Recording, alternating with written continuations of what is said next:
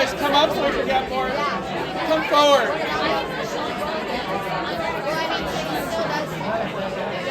Guys, come forward. If you're in the back, come forward. Do you know how to get this working?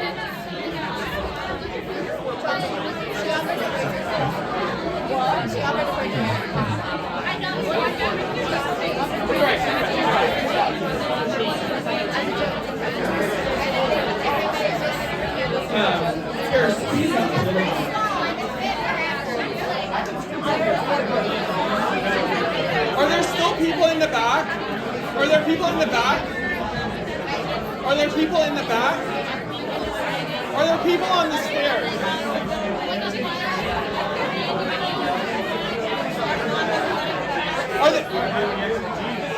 Are there people on the stairs? Are there people on the stairs? There are? Tell them to come up.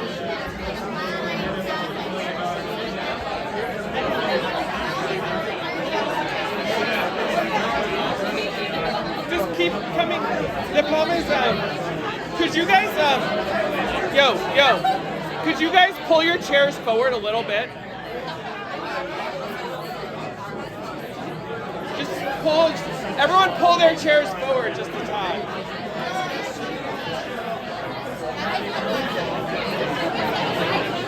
Are there still people on the stairs? There are? What? Do they want to come in, or is there room in the back? Tell them to come in. Here, pull up a little more.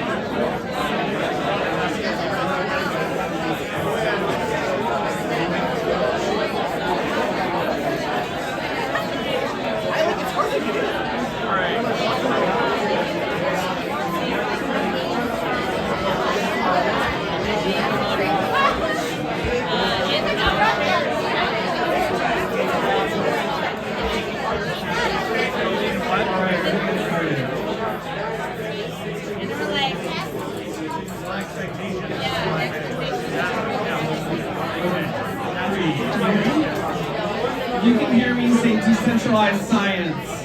Can you just make sure I'm always in the frame? Can you make sure I'm in the frame? Yeah, you're good now. If I go out of frame, You're good. Okay, so if you can hear me say decentralized science. We're going to get started a little bit early because there's so many people in here and we want to keep things moving. Cool. Well, thank you guys all for coming out. I'm so excited. There's so many people interested in either prediction markets, clinical trials, or meeting other cool people out here.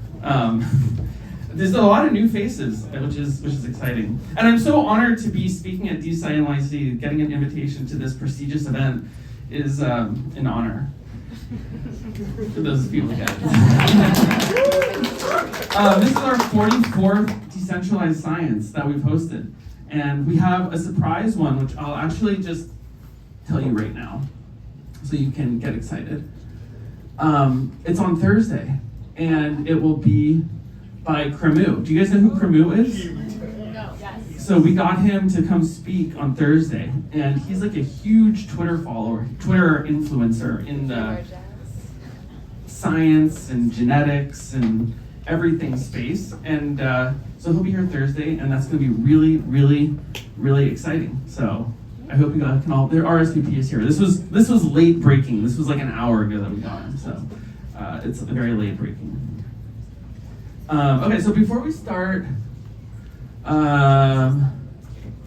let's get a quick picture so we can memorialize it. So everyone smile, and then we'll jump right in. We'll do a panoramic, not portrait, panoramic. So smile, everybody. 3, 2, 1. Oh my gosh, there's so many outstanding people here. Yay. Okay. So I started DeSciNYC, and this is actually the first time I've ever spoken at DeSciNYC. Normally someone else speaks, so it's kind of exciting. And so this is what I'm going to talk about. I've been working on this project called Endpoint Arena, which is a prediction market for clinical trials. And I had this idea for a very long time. I had this idea for maybe a couple of years. And I always wanted to sort of tie together markets, like financial markets, together with scientific markets. Gordon Gekko, have you guys seen Money Never Sleeps? He has this expression where greed is good. He's like, if you're greedy, you're good. You're efficient. You want to make things happen. And Wall Street.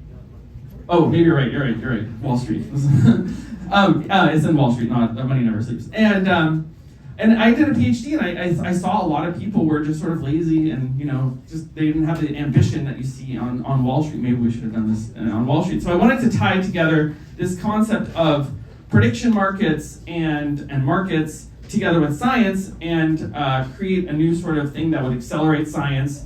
And I think there's a lot of trends that I'll talk about, which make this a very good time to explore this concept. So right now, we all want to ask the same question. We want to know, will a drug work? And no one can, everyone is biohacking these days. So everyone is doing N of 1 experiments where they're injecting peptides, and then they see it works for them, but they don't. Like Brian Johnson is a perfect example of this. And he's doing a very, very good N of 1 study, but we're not going to get to living forever through these N of 1 studies by just relying on him. We need to start to decentralize it. We need to have many people doing N of 1 studies. We need to have many people doing N of 10 studies and N of 100 studies. And we're not going to get there in this sort of slow method that he's doing. And the problem isn't necessarily the data, it's the incentive. So there's an incentive issue that we need to fix in order to get people to share their data, in order to get data to read out more quickly than the FDA does it now, where it takes multiple years. So we have a way of testing these drugs in a non-N of 1 style way. And this is through clinical trials with the FDA. And they do answer the question, will this drug work? But the problem is it's very expensive to do these things. So a clinical trial can cost anywhere between $10 to $100 million to conduct. And they're very slow, they're binary, they take, if you go to clinicaltrial.gov, it can take 5 to 10 years for a trial to happen.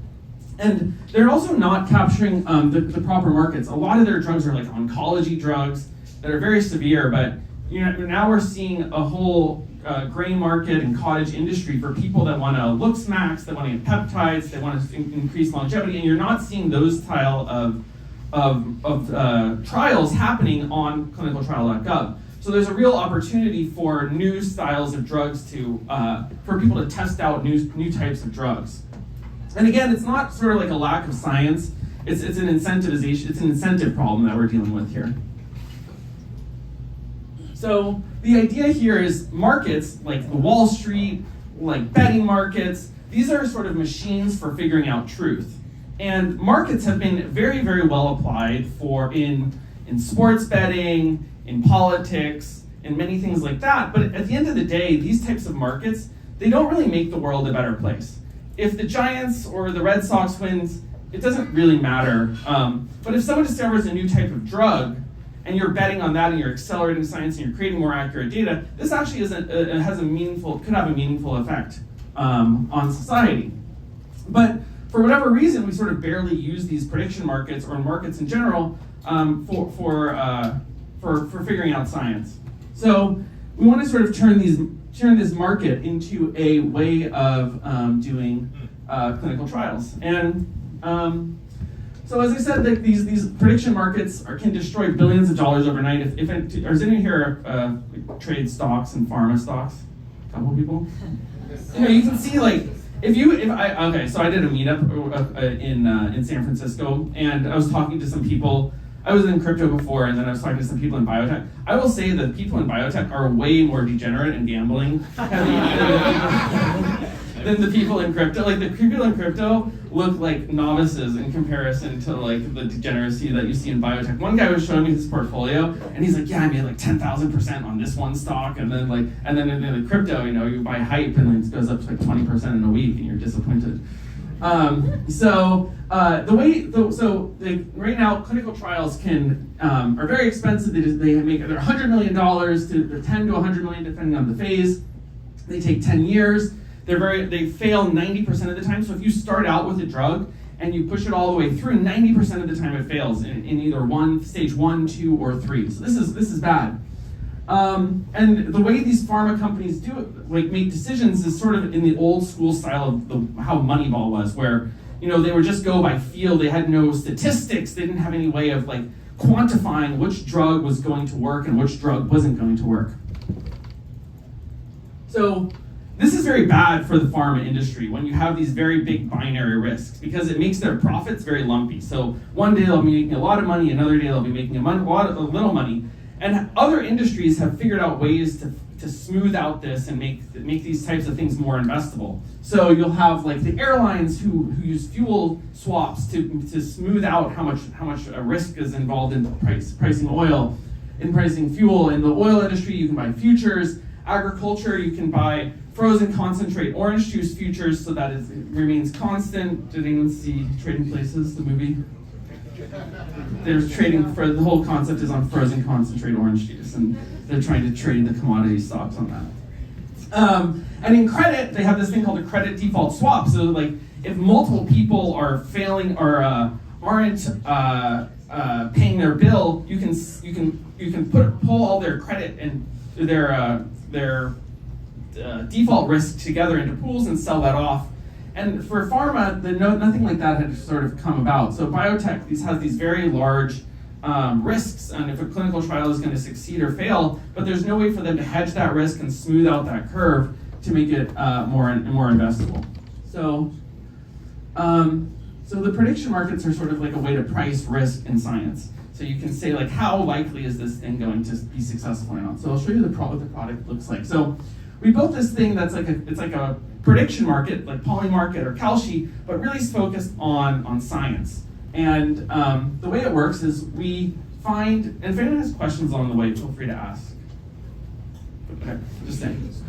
The way it works is we pull together a bunch of clinical trials. So there's 7,000 clinical trials a year that happen. And if you're in the back, you can squeeze forward a little bit. If you're squeezed forward, everyone take a step forward. Get more people. Is there room in the back now? No? A little bit? Did that help? Okay. So what we do is there's 7,000 trials a year, and obviously not all of these trials are important. Some are on rare diseases, some are on bigger markets, and we try and choose like the top 10 each month that are coming due and create markets for them around phase 1, phase 2, phase 3 of our protocol changes, and create different markets. And let me show you how it works. I'll give you a live demo.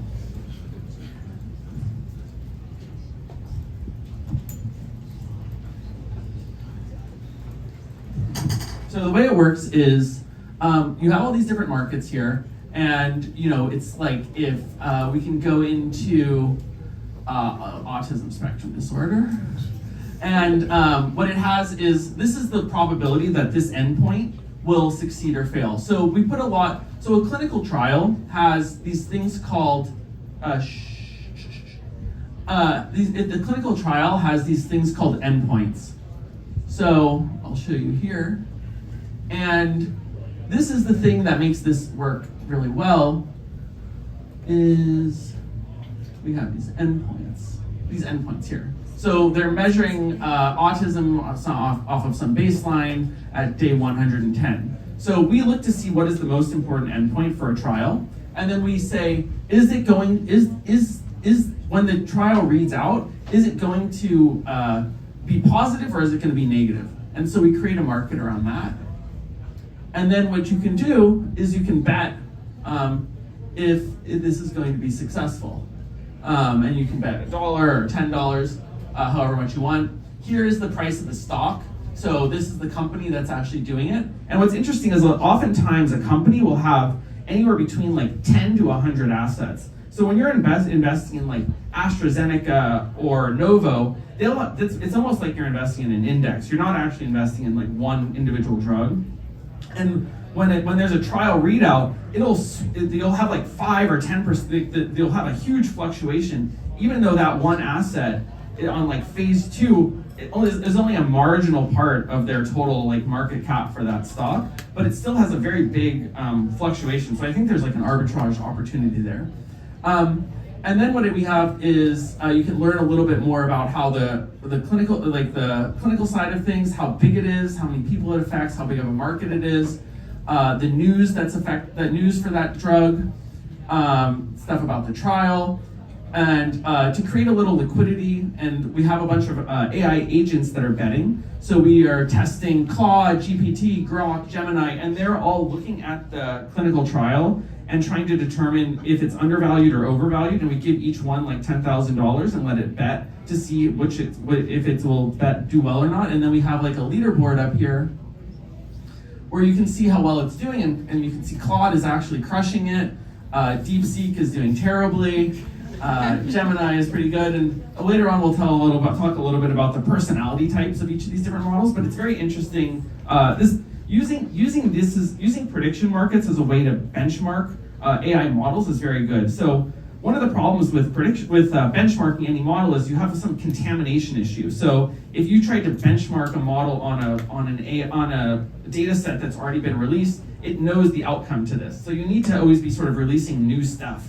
And so this is a good way of doing it. And it's also a good way of doing it because it also forces a confidence thing. Like an AI model can say like, oh, I think this, but it needs to give it a confidence interval. And with this, you can measure confidence based on how much it wants to size into a position here. And then we also have like the model reasoning, so you can see like why each of the models chose a different outcome for something. So it could say like, oh, I was looking at an endpoint, I was looking at the like mechanism of action, I was looking at what people were saying on Twitter, and so they give some reason here. And then finally we have the oracle. So we have to eventually close these markets. And so what happens is the sponsor of the clinical trial will release a press release on their website that says like, you know, we read out this way and we met this endpoint or we didn't meet this endpoint. Is there any questions on it? Yeah, go ahead. Companies will usually sometimes say they succeeded in a trial even though they didn't actually formally hit the endpoints because biotechs are kind of shifty like that. How are you going to account for that? So his question was like sometimes there's a lot of fluff in the PR releases.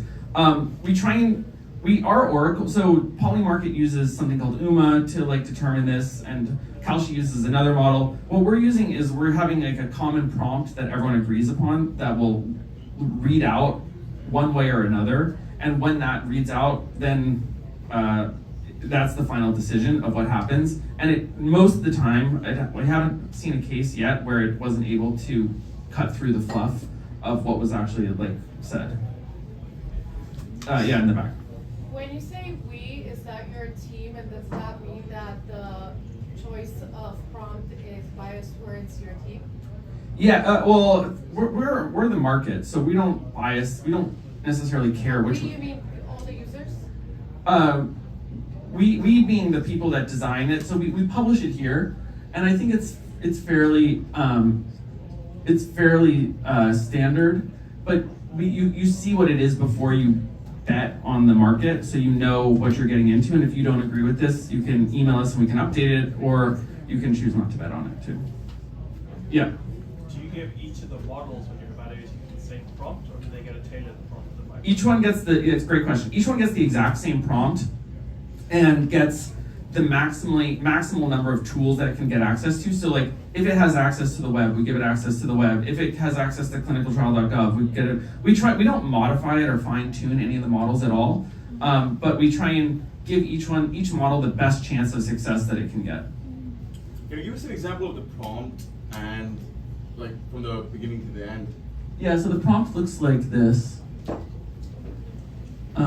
You can read, it's on endpointarena.com/method if you want to read the thing, but we just basically say like, you are an expert biotech analyst, give us a couple sentences of reasoning why you choose a model in one way or another. Here's the position that you currently hold, here's the price of the thing, here's the NCT number, here's a little bit of info about like what the trial does. Feel free to Google and web search as much as you want to like. We try and keep it relatively minimal so that we don't bias it in one way. We try and keep it very thin, but it's publicly available. But you're deciding your entire model around those prompts rather than. Yeah, I mean there's not. I've tried like 5 different prompts. It doesn't really affect it too much. It's relatively stable. It's at some point we just have to. The goal here isn't to say that this is the best prompt or this is the best model. It's just to establish a reasonable baseline that other people can build, that other people can exceed or do worse than. We're not trying to be the number one here. Yeah, go ahead. So usually, like if you're in a biotech or a biopharma, you usually know what the endpoint results are before the press release is out. So some people will have access to that information beforehand. How do you? Yeah, Is that you just, shouldn't like, you shouldn't the do that. I end mean, of this is for people. This is for people that are scientists. That I think science is very interesting because science is each party has perfect information. So science is deterministic, given some certain large enough n, I think.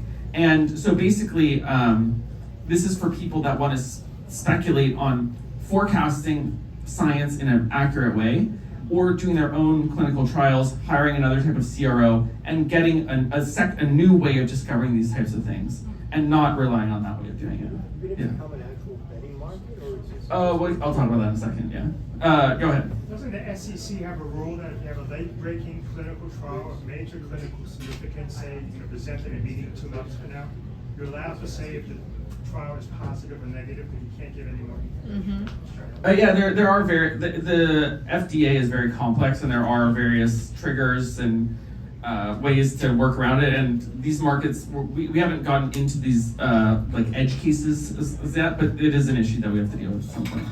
Yeah. Yeah, so I have a question about the Oracle. So Yeah. So I looked at the way you described it, you just say positive result. However, there are times where something will be positive statistically, but destroys creates amount of value for the company because the effect size is too small. Or yesterday with Abivax, for example, shitloads of people got cancer, but now technically read out positive here. Like, Yeah. how do you So guys deal with that? we're very careful with how we choose our endpoints. So for cancer, we usually choose overall survivability, which is the thing that the market cares about more so than like progress-free, whatever tumor it is. And so we do a lot of work we did a regression to look at what impacts which endpoints impact which types of stock prices, and then we also choose endpoints that can be, or that are binary, that are above or below a certain thing.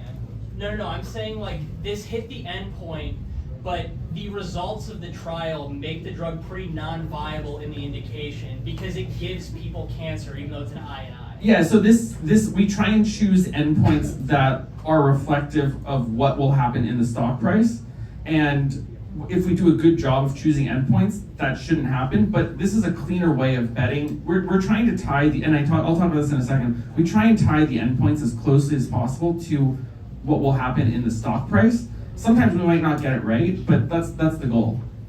And what you're basically asking is can we choose endpoints that are reflective of the stock price or that are clinically significant, that what the patient or the market cares about? And we're trying to do that. It's not an easy task actually, but that's the goal. I think another way maybe asking this is, are you looking at safety as well? In like dose escalation in phase 1? No, because what he's saying is basically that's an adverse event example. So if you look at both efficacy and safety, you can get a better kind of balanced prediction. Yeah, we're trying to choose markets that are clear and binary. Maybe there's room for adding in. There's always you can always add in more markets. Maybe I think what will end up happening is these can be done in practice on this website. I think it just kills the usability. So it'll take a little bit of time for us to get to these more complicated things. Yeah, go ahead. Yeah, thank you. Question. So, from my understanding, you build that because you care about science and clinical trials, right? Have you considered what the effects of that could be on the clinical trial space that's, as you said, is already very complicated and very hard. To give an example, we all know that sports and betting have let's say, a connection of corruption of one to the other. Don't you are afraid that what are you making is going to basically... I think this cleans up in sports? comparison to the status quo. I think this is much cleaner and more efficacious than the status quo. In what way? Like our endpoints are much clearer. You can read out things more quickly. You can see which drugs are working much earlier. Like if you're a patient today and you want to if you can only enroll in one trial, our website gives you the probability of success of all the different trials. There's no one else that offers that at the moment. Sure, but let me give you another example. I'm a patient in the clinical trial, and I see what your multipliers are. I can sabotage the trial myself to make me win money. And I get money I don't think that will be significant. I'm just asking you to consider. I mean, I think any tool can be used in a variety of ways. I think this will be net positive. In what way would you think this is going to be positive for the clinical trials? If you're a patient, you don't want to be churning through with your life. You don't want to be churning through a trial that you know won't be successful. I think that's Sure, but you started saying about all the problems of clinical trials, and because I am in clinical trials, you're right, you're completely right. My question is, how do you think this can have a net positive effect on clinical trials, and after that, because clinical trials are made for drugs and humanity, how this can benefit humanity? I think this will accelerate science. It'll incentivize new types of clinical trials to happen. I mean, I'll talk a little bit more how we're going to become a CRO.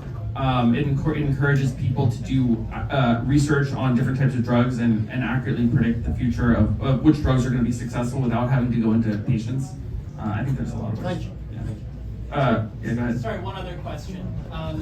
So in talking about how AstraZeneca is buying a bucket of stocks, when we look at the top trials, all of them are in more or less single asset biotechs. Yeah. So why would you do this trial instead of betting in the stock market itself? Well, because this is a much cleaner bet. So but if you only have one asset, is it no? really So that some clear? things have one, but some things have so I actually have a list of all the pipelines, all the drugs in all the different pipelines, and most of these drug companies have over 10 assets. There's very few that have only one asset. Yeah, go ahead. So if I'm a patient and I'm undergoing clinical trials, and I go to your website and I see that your predictor says that the clinical trial is going to fail. Mm-hmm. Dropout in the clinical trial is a huge problem. Yeah. That's going to promote a dropout, and that's going to result in the fact that the clinical trial is not going to be over because they wouldn't have enough points or people to read out the results. Doctors hate this and patients love it. So doctors want to finish their trial by any means necessary, and patients don't want to be part of a machine that's churning them like a meat grinder through something that's never going to work. But you don't know. Your predictor says it's No, but it gives information to the patient, who's ultimately the person that's bearing the responsibility of this. So I think reasonable minds can differ on this, but I think this is a great tool for providing information to patients that they can use as part of a plethora of things, consulting with their doctor, consulting with ChatGPT, and making their own clinical decision. Yeah, go ahead. Yeah, I think it is really, really cool. I'm just wondering, how are you deciding on expanding it to non-clinical trials like the peptides and everything you're saying? That's the last slide. So we have an app, yeah. Go ahead. But for that question, on the other way, if there's a patient who's signed up on a clinical trial because you're saying that it's very, there's a high probability of Yeah, I mean, this is one of many tools that someone can use to make their decision. It's not a silver bullet.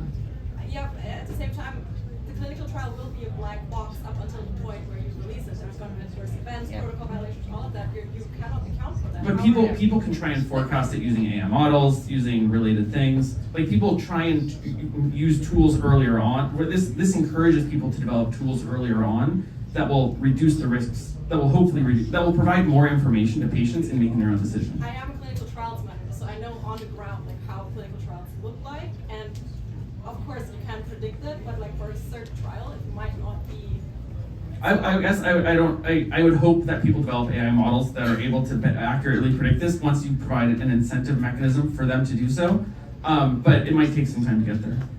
apologies if I missed this, but What? Whether you really believe this will become a fungible marketplace like a poly. Yeah. You do, so Yeah. that's kind of important to you. Go ahead. We'll do a couple more. If you want to make it like a poly market style thing, since these are all poly, I haven't seen much do this yet. Could you do like a collateralized trial obligations essentially, where you bundle all these together? Yeah. So we're gonna release an ETF that has like the top 10. No, at the phase. At the shitty ones too. That's Well, really basically, I'll talk about it in a second, but we want to create like an ETF that has like the top 10 phase 3 trials that people can use that as a predictor. Yeah. Go ahead. So, what sources are you using to come up with a probability? I mean, are you trading on sentiment and, you know? No, we just create the market. Like it's up to the individual actors to figure out the probability of success. So we create a liquid market that other people can, and then we use something called an automated market maker that creates the market that determines the probability of success given what individual actors are doing. Go ahead. So in theory, like a pharma company that wants to get ahead of this and get into the world you were describing with the airlines and oil and everything, like they could basically bet or hedge by using this. Exactly. So I'll talk about it in a second, but basically there's two types of people that want to bet on this. One is if you are the pharma company, you want to ensure that if your trial fails, you'll still get money. And the other side is actually very interesting, and I didn't realize it until later on. If you are a payer, like an insurance company, you want to hedge your risk that this thing won't get approved. So if there's like a big thing like an Ozempic or something that costs millions of dollars for you, or billions of dollars, like it's crazy how big United Health is. It's crazy how big these insurance companies are. But you want to hedge your risk that won't get passed, because that's going to make a major payout for you. So that's generally the two sides of the market. Obviously, there's a lot of in between with traders who want to trade as well, but that's generally the structure of the market. Yeah, go ahead in the back. So I think you mentioned an automated market maker briefly. I'm Yeah. just curious about how you bootstrap liquidity for these. Well, we just provide the liquidity in the AMM. Eventually, we'll move to a CLOB and move to something else, but this is an intermediary thing to get this working. Yeah, go ahead. What is your monthly volume? We're not disclosing that yet, but it's good. Yeah, go ahead. In the sports world, there's lots of secondary markets, like who has the most points, who, like all these, who's going to be the MVP. Have you ever thought about these things for this? Say, what would be an example? So in the sports world, you have who wins the game, but you also have who has the most points. Oh yeah, so we could create more markets, and I think that's a cool thing. We're trying to keep it simple for one endpoint per trial at the moment, but yeah, you can have all sorts of derivatives, and like another important one is like, did they change the protocol of the trial midway through? And we want to have stuff like that. Yeah, I think it would be cool to have like something like that. Yeah, go ahead. You mentioned that you're using different models to trade or predict. Yeah. What patterns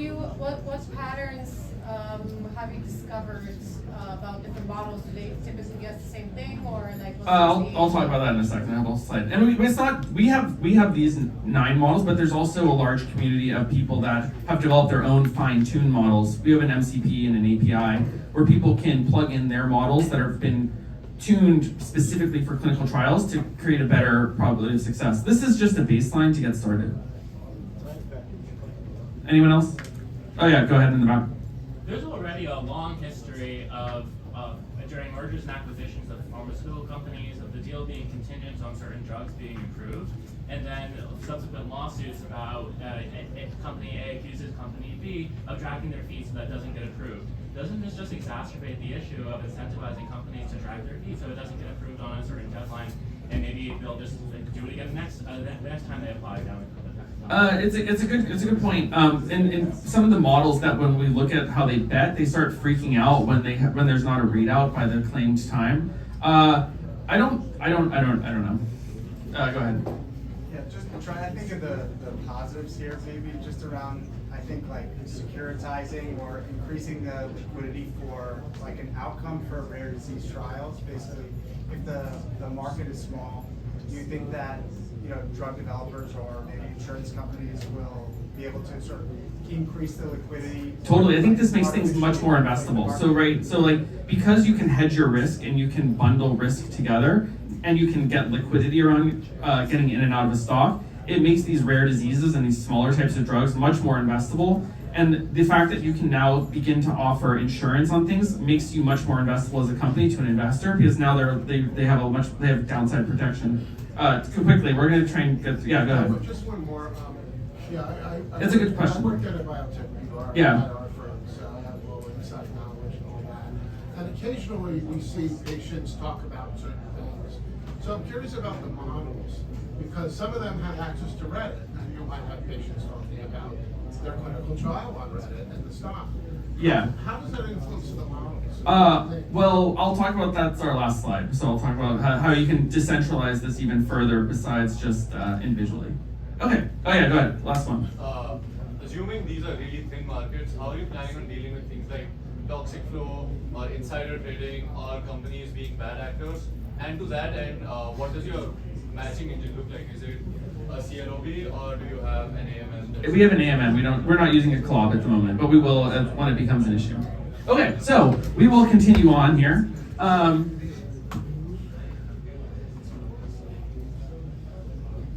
So we've also gotten, so this is how we got Cremu to come. He retweeted us and we went very viral. We got like 1,500 likes. And he loved this concept, and we had some other people. We also, do you guys know Fierce Biotech? They recently wrote an article about it, which was exciting. So we have the trials here. We have a lot of, and we have a lot of people that are betting. We have our 10 models that are betting, but we also have a good community of people that are betting as well, using our MCP model that we have built. And what's cool about this is they have access to much more interesting data sources than what out-of-the-box Claude has access to. So they can have reasoning, they have web searches, all sorts of stuff like that. We give a common prompt, so if you guys hate it or love it, you can at least look at it and we open source it. This isn't meant to be the end-all be-all prompt. It's meant to establish a solid baseline that a reasonable person would think of. And basically what it says is, you're an expert biotech analyst, you have to make a yes or no decision, and you have to figure out, here's your portfolio of how many stocks, of how many markets exist, and how much do you want to buy? Do you want to buy anything, or do you want to sell anything? And if so, how much do you want to buy?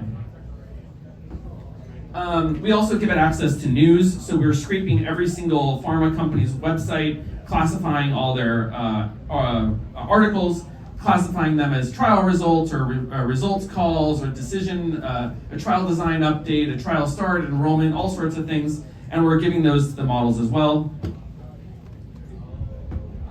And this is we're getting to one of the questions was, how is this different than a stock? And so when you invest in AstraZeneca, Novo Nordisk, Amgen, these companies have an unbelievable number of assets that they're testing. And each of these things has a different market cap associated with it. So when you do an individual readout on a specific trial, you're getting a much cleaner access to a certain market that that you actually care about. And oftentimes you see like a stock go up or down a lot when you get a positive result or a negative result. But this is just based on the endpoint, which is what someone mentioned earlier. Is like sometimes we don't choose the endpoint correctly, but it's pretty accurate. Yeah, go ahead. Why are you limited only to public companies, or it sounds like that's what Yeah, it was just a design decision. It just makes it easier because a lot of times the private companies they basically go out of business when they when they don't have a successful result, and so we can never get the readout. Yep. Yeah, go ahead. You may have talked about this, but how do you deal with like information cutoff, like date-wise? For what? Like sometimes information gets leaked, like as the trial is ongoing, like towards the readout. That's included in the market. Like we don't. So you just continually update the prediction? Is that? We create a market that that agents or people bet on. We make a market. It's like NASDAQ doesn't tell you the price of Google. They tell you what the market price of Google is. Okay. And we have a leaderboard. So the leaderboard is very interesting because you can see who's doing well, who's able to accurately predict different clinical trials. And then, so this is, I think an important question is who wants to buy this risk and who cares about this? So on one side you have a biotech company that has to lock up a certain amount of capital in order to go after different pipelines, and they want protection in case all of their assets fail. So they want to buy insurance, like you buy fire insurance for clinical trials, so that they want to buy the no side of it. They are betting that they're going to fail, so that in case if it's successful, they get $10 million. But if it's failure, they get another $5 million to be able to try another pipeline and have another bite of the apple. Another interesting one we talked with was a service provider. So oftentimes when these clinical trial companies go out of business, when a pharma company goes out of business, they don't pay their CRO or whatever. So they also want to bet no, so that in case it fails, they could get money. And then the other interesting one is who's betting on the other side? And it's the health insurance companies, the employers, the people who have to pay, and they're on the hook. One of the questions I had is like, okay, if Ozempic passes, like this makes it so that your medical bill will probably go down long term, right? But the problem is these health insurance companies, they don't care what happens long term. They care that they're on the hook for an Ozempic shot, $2,000 a month at this individual time. So this is a problem with the system, but they're the ones who don't want these drugs to pass, because then they're on the bill. Then they have to foot a large bill for some of these different types of drugs. And I'm sure there will emerge many types of people who want to buy and sell different types of risks. So this is sort of an interesting thing. We do a lot of work in which type of endpoints to choose. So we have to look at the stock, and then we look at the type of endpoint that they had. So on average, you get a little bump if you have a positive readout, but you get almost double the bump down if you have a negative readout. So negative readouts move the stock a lot more. Phase 2 and 3 have the largest reaction, which is actually kind of funny. There's a lot of risk in phase 2, but phase 3 actually is sort of the thing that moves the stock more, which is unexpected. And the market oftentimes doesn't care about what the primary endpoint is. So a clinical trial will have a primary endpoint that they say is the thing they're going for, but that's not oftentimes the thing that the market cares about. So we do a lot of things to choose which market. They do a lot of things to choose which market is the correct one. Yeah, go ahead. What's the period? Is this year, last year? This is 2 years worth of data. Yeah. Yeah, go ahead. Any brief, given this is so close to moving a stock, any brief from the SEC that this is sort of... This is all paper trading right now. But if you were to go to real money, would they regulate you, or are you worried that they... We're talking to people about that. Yeah, go ahead. What's stopping Garci from incorporating something like that? What was it? What's stopping Garci from incorporating the same? I'll talk about that at the end. Yeah. Go ahead. Which percentage of your trials don't have a readout because you changed along the way or you didn't finish?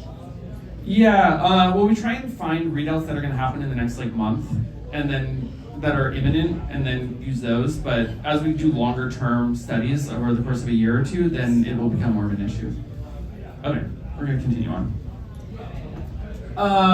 So choosing a market is really hard. So for cancer, basically, we want to go for overall survivability as opposed to did the tumor shrink, because that's what the market cares about, and that's also what the patient cares about, right? The patient doesn't care if their tumor shrunk, if they died at the end of it.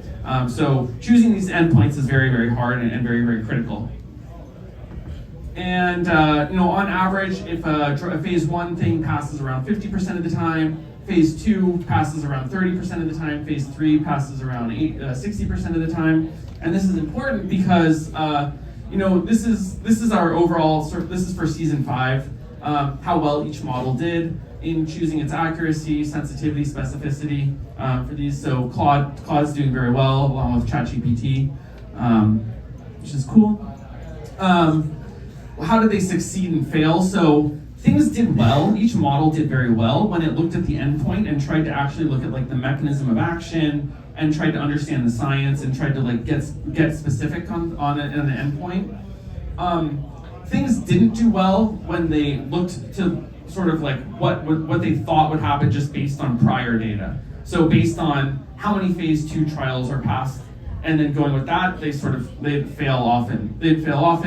When they when they looked too much at the news, they would often fail as well. When they tried to listen to what other people were doing, they would fail.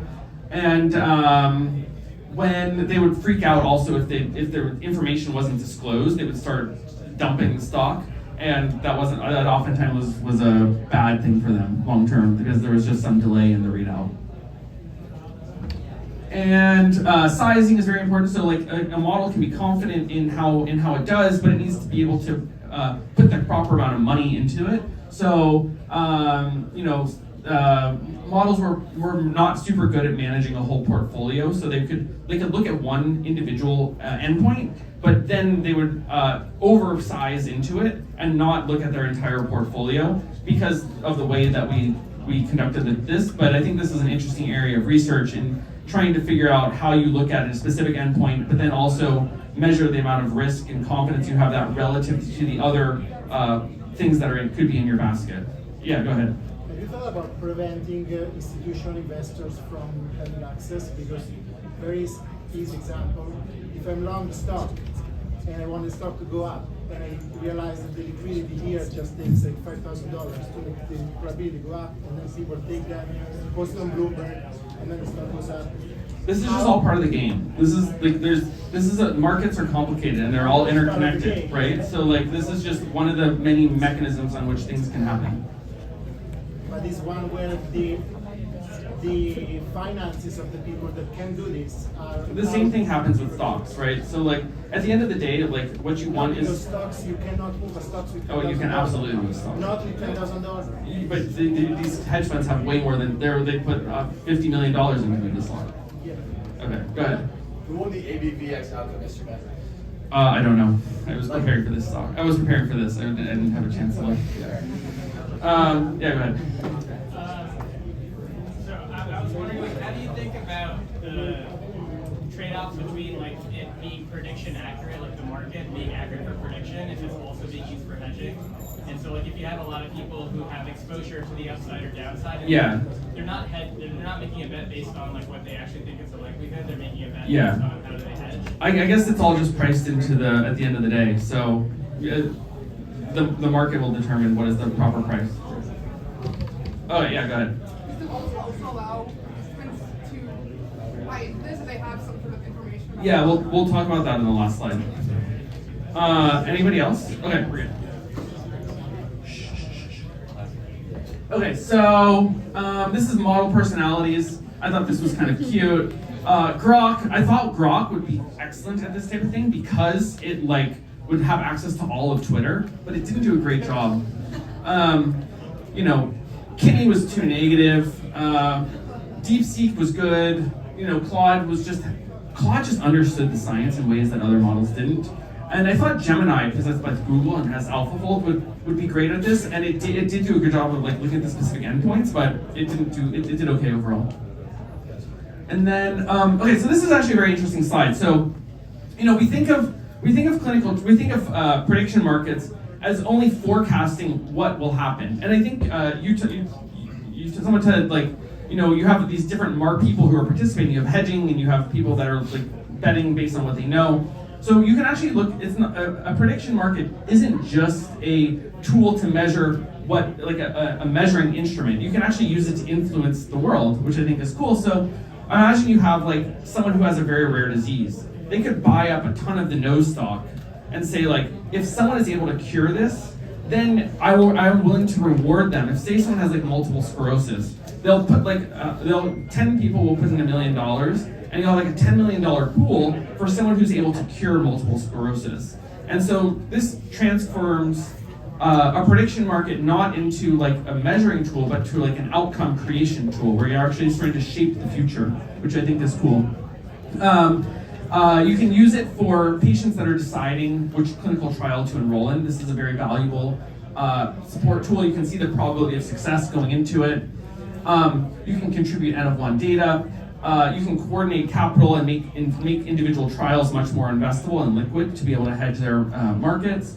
And you can create new types of data sets, which I will talk about here. So this is an app that we just released. It's called the Shadow Trial.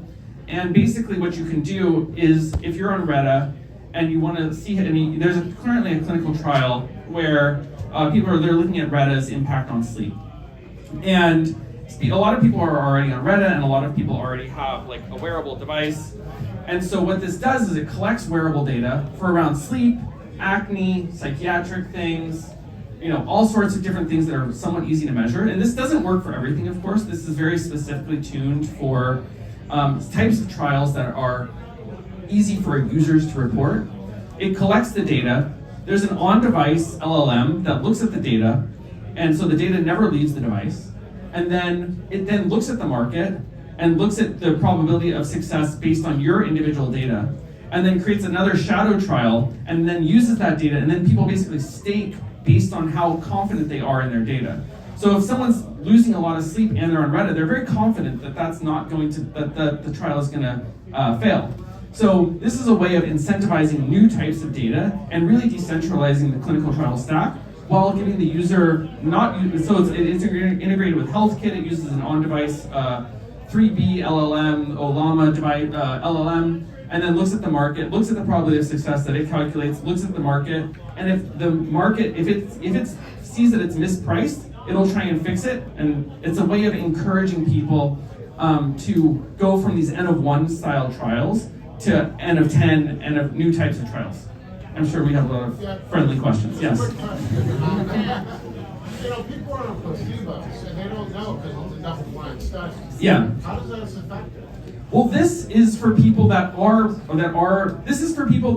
to, that have data that is their own, and use that to forecast what they think will happen. So this, it doesn't affect the model. I mean, placebo is an interesting thing because like when someone's, it's a complicated. I don't. I don't know. Yeah, this is for people outside the clinical. This is a shadow trial, so this is for people that are not participating in it, but want to contribute to what they think will happen. And if this is successful and works, you can imagine it not just being used for the type. You can have people create new trials and allow them to participate in these new trials that are outside of clinicaltrial.gov, which is ultimately the goal, because like a lot of clinicaltrial.gov is for very nasty diseases.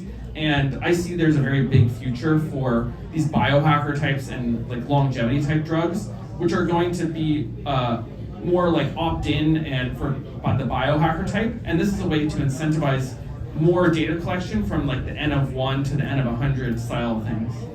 Yeah, go ahead.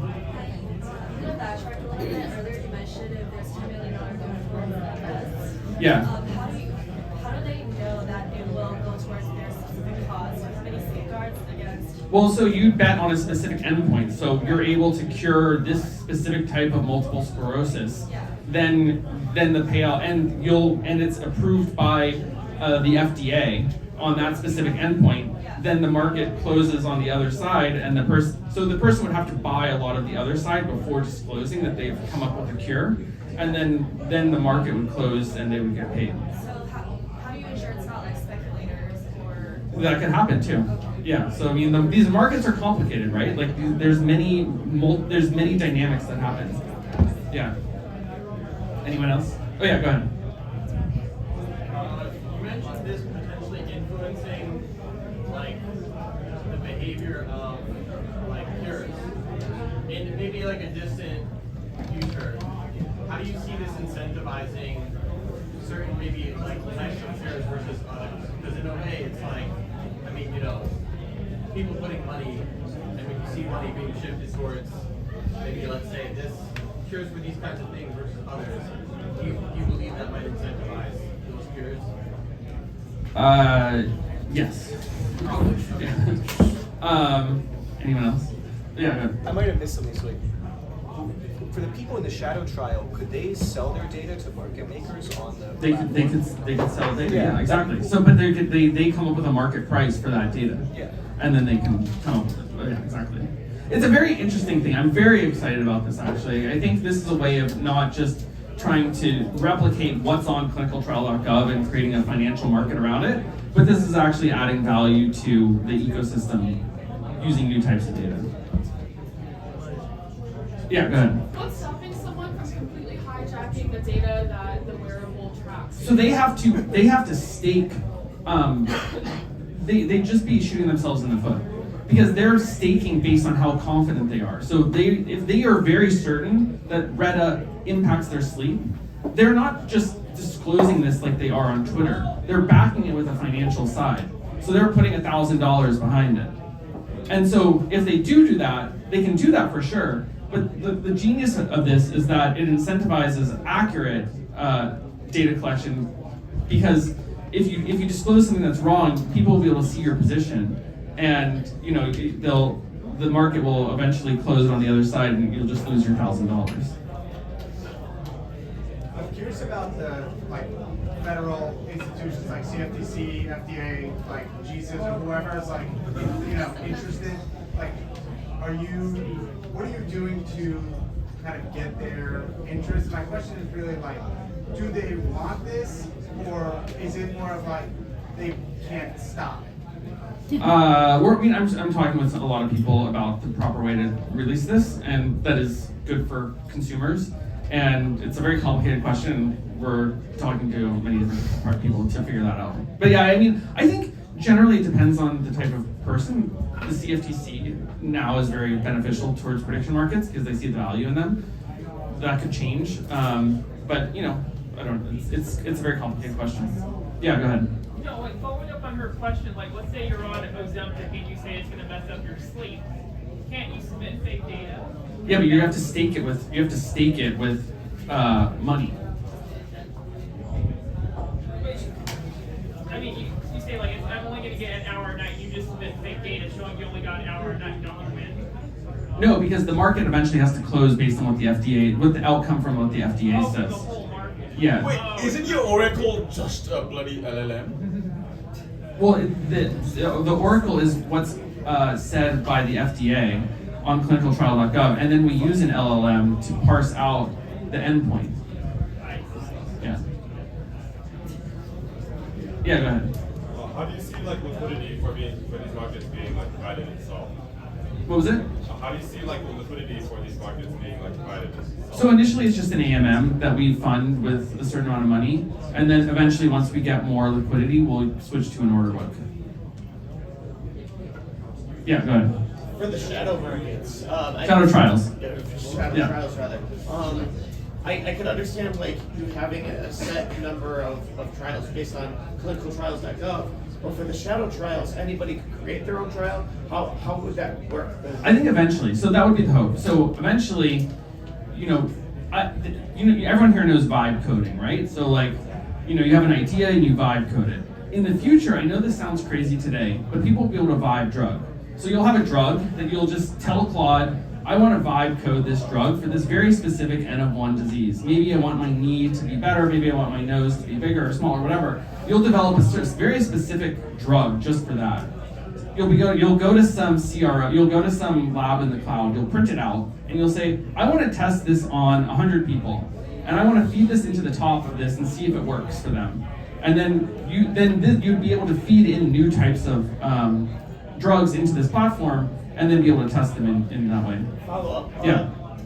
Even this is far out though, of course. Yeah. Even for these kind of shadow trials, you would still need some kind of authority to make the ultimate decision on. So right now we're still relying on the FDA to do that, and when we go into this more speculative thing, I don't know exactly how we would do that quite yet. Go ahead. Could they potentially register at an end of one study of my own in this shadow trial? Yeah, but no one's going to invest in that because it's just too small of a market.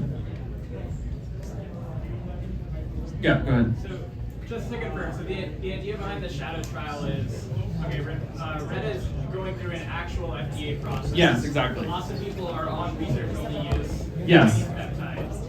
They're able to basically have an on-prem Oracle or whatever, making a bet for them that doesn't disclose any of their data. Exactly. Exactly. And then their bets both A, make them money, and then B, make the market prediction better. Exactly. For what's going to happen Exactly. on the FDA side. Exactly. You did a great job. That's really, yeah. You should. Well, we're hiring also, so there's a slide for that. Wait, sorry, are you leading into the peptide market? Yeah, we would love to go into the biohacker market for sure. Biohacking, skincare, sleep, weight loss. these are things people care about and I think are sort of underserved at the moment. And this type of mechanism design could make that much more easy to like test out. And also, people don't want to wait 5 years to figure out if their like peptide is going to work. Like you want that right. You want that in like a year. So yeah, I hope to go into like more of the peptide market. Yeah. It's the same mechanism that protects shadow trials from dishonest participants, also protect from civil attacks. Yeah, because you have to like stake. Yeah, so a civil attack is when you have more identities than dollars. Here, because you're backing each of your pieces of data with dollars, your identity doesn't really matter as much. Yeah, civil attacks are a huge problem, and I think like civil attacks happen in Reddit forums on clinical trial things. Like I'm sure people are posting random stuff there and like trying to mess with things. Yeah. Cool. Okay. So the real vision here is to create a financial mechanism for scientific truth, and where you can price all sort of risks surrounding science and drug discovery. And then we're hiring. So if you would like to work on this project together, it's a small team but mighty. This is the first thing here. If you want to like partner on something, maybe you're a CRO, maybe you have an AI startup that wants to trade on this, maybe you have another idea on something that we should be doing that we're not doing, just DM us on Twitter. That's probably the best way, or come up and I'll give you my email or phone number after. And then, of course, the website is at the end if you want to read about different clinical trials that are happening. So, thank you all. We'll stick around for a bit. We're gonna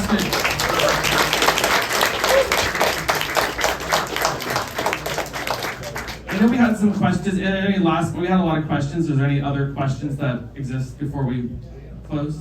We'll do one. Yes, go ahead.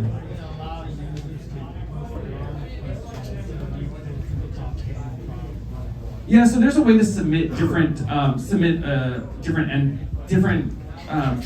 the website through a form, and then people can actually vote Reddit style on which one the problem is these markets need some amount of liquidity, so we can't accept all of them. But if there's enough demand, we can do that. Amazing. Well, thank you guys for coming out, and feel free to get some drinks and food. And and then lastly, if you haven't done this is on Thursday. We're having him come. He's a very fun guy. So make sure to come to this. Thank you guys.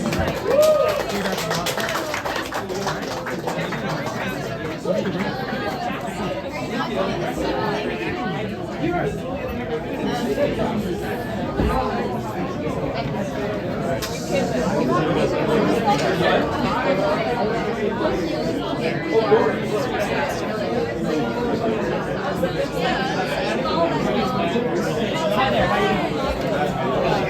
Yeah, go ahead. Oh, I should introduce myself. So I'm Jason, actually the guy that you'd be selling this data to. So hell yeah. So I run clinical, so sorry for asking the tough questions. I actually run clinical trial strategy for oncology in California. I'm so curious about this. It's very interesting because there's like there's a lot of questions, a lot of things that we can do with this that I think would be really cool for offers. Like for example, if you're finding a work or looking at honestly, a wonderful market. You did like a 2x2, you could trade on with safety and efficacy for example. I don't know, I think it's very, like, personally, I generate a lot of because most of the items are coming up with values of assets and rankings and stuff like that. And this is like much more advanced than anything in the industry is working with. Most of what I do is answer the first strategies for AI. I used to do clinical trials. Now I'm strictly AI. Thank you, I appreciate it. I don't know much about predictive modeling. I'm not using that, so I'm not going to get it. I wanted something that I have flags up on it. So I don't know. I have a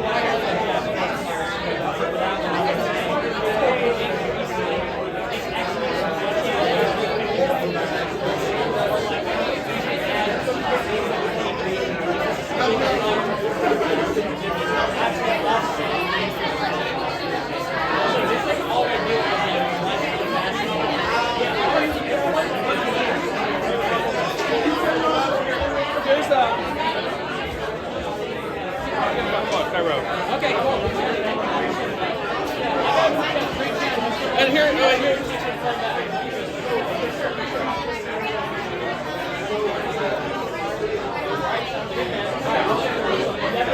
meeting for Thursday too, so I have much bigger anonymous on Twitter than on my face, so alright.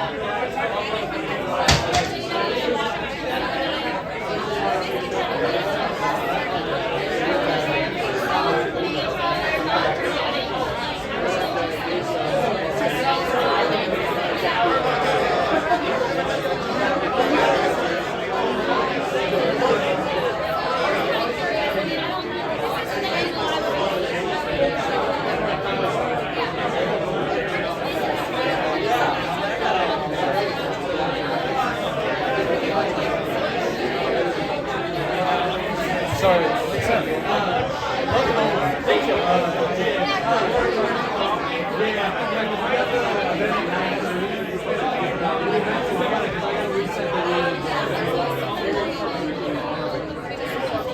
we can continue the discussion out into the bar, but we just have to clear out of this room. But you're more, get a drink, get a beer, get a food out there, and we'll continue on. Thank you. Thank you so much for having me. Dude, of course, I'm glad it went well. It was a lot of people for the space that we have, but I mean, that's a good thing, you know? Yeah, and I ran the mic through the bar, so people could hear it too. So thank you, I appreciate that. Yeah, of course, no worries. Amazing. We also ran into another friend that's in Bali. When you get the chance, come on out. I'm just gonna pack up my stuff here. Hey man, nothing about today. Saw you. Nice to see you again.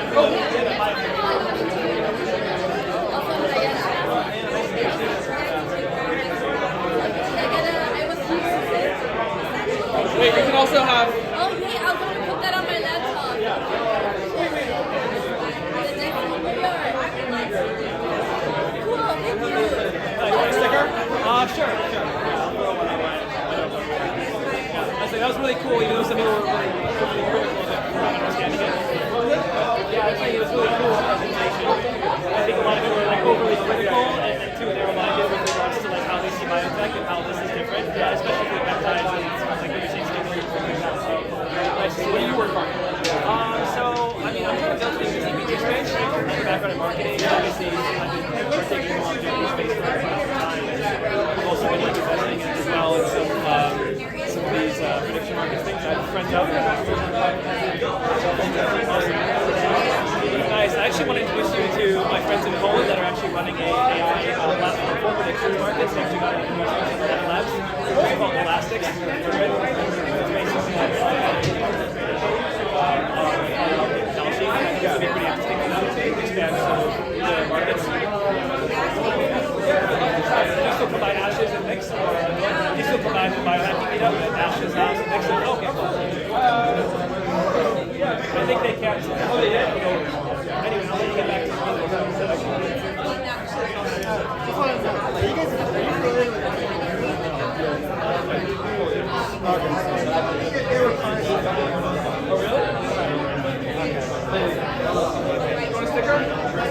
Why not?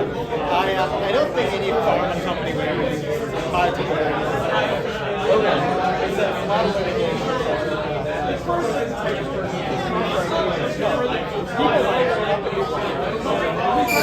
I was very surprised.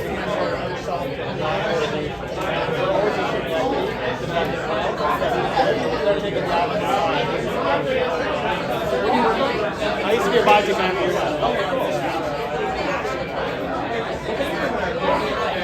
Awesome stuff, man. What was the motivation for the idea? I just wanted to create financial markets. I just wanted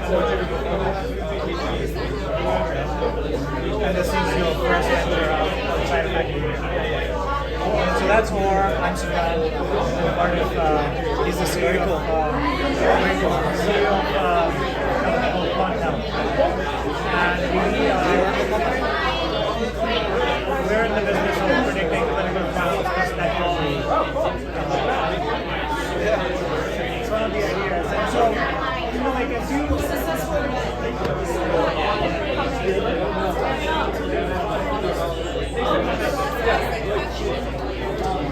so if you think about working with people, what do you think? How do you think companies like ours how do they use? Say that again?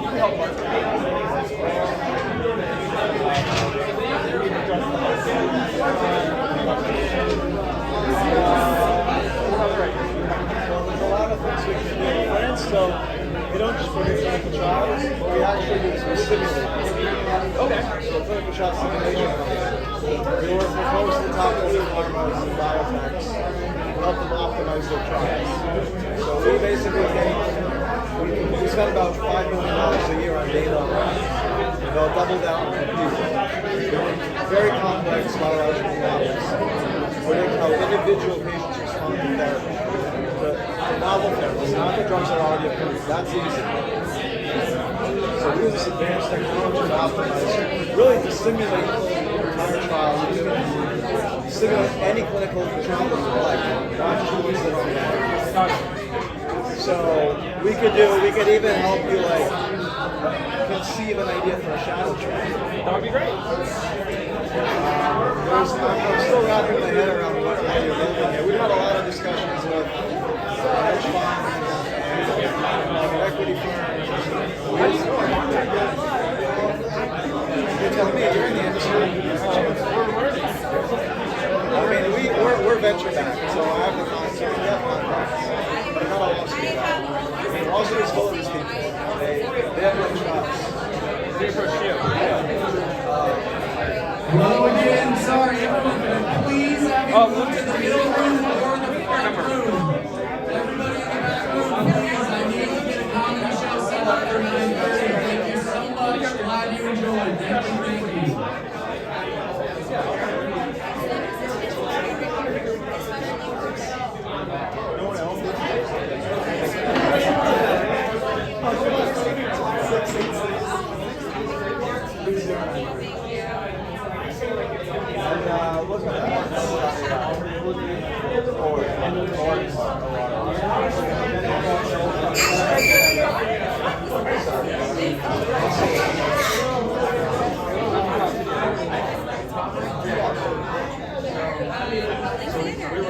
Guys, let's move into the other room. In the other room. Let's go in the other room. I just have to pack up some stuff here.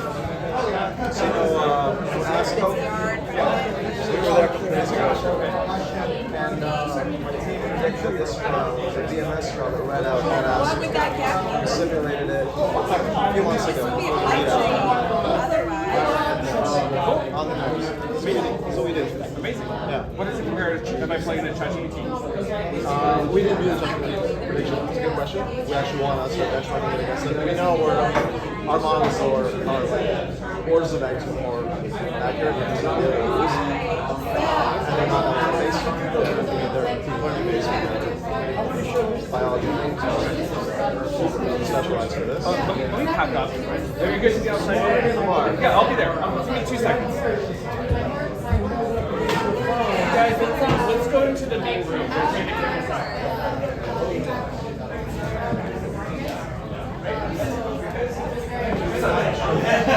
What are you feeling for the setup this time? Your tables? Maybe.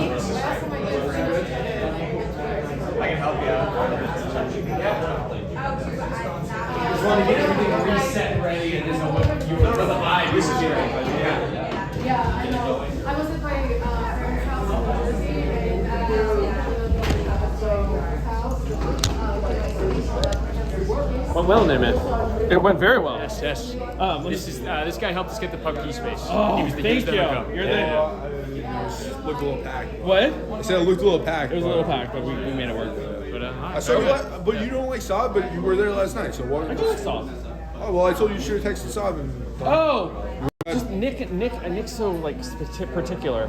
He told you no? He didn't tell me no, but I feel like if I asked you, he doesn't. He told me yes last night, so I He asked did? him last night, yeah. He said he would host it? Yeah. It's you, that guy, you would have done. Oh, I just feel like I don't know. I would have loved to do it there. Yeah. Well, next year, next week, whatever. Oh shit. Oh. Tell Nick I'm sorry. Like I thought he was gonna say no. Well, he might. I mean, he's always a dick, but he told me last night that he was happy to do it. I like Saab. Yeah. Trevor told me he thought maybe you don't like Saab. No, I do like Saab, but I felt like he was gonna say no. Like, yeah, keep going. Do you want? I do it too. Like I try to keep my favorites with him very, very off. Have you met him before? He's kind of a dick. I've never. He's very particular. I like him. The problem is like I like the guy, and it's just how he likes to like big dog people, you know. Really? Every once in a while, you know. You own a club. You still have big dog people. Exactly. Yeah, exactly. But well, last night he seemed into it, so. Oh, he was? What did he say? I just said, did you get the text yet about the event tomorrow? And he's like, and he said no, but he was down if you guys wanted. Okay, next time. Next time. What was your name? Jared. Jared? Yeah. There's you're based in DC or? Oh, no. Yeah, I was gonna say there's a bunch of DC that. It's like for How many people were out there? Probably another 20. Okay. But yeah. Oh no, are you gonna get a drink? I'll get a drink. Let me just Yeah, pack take a this shot. up. Yeah.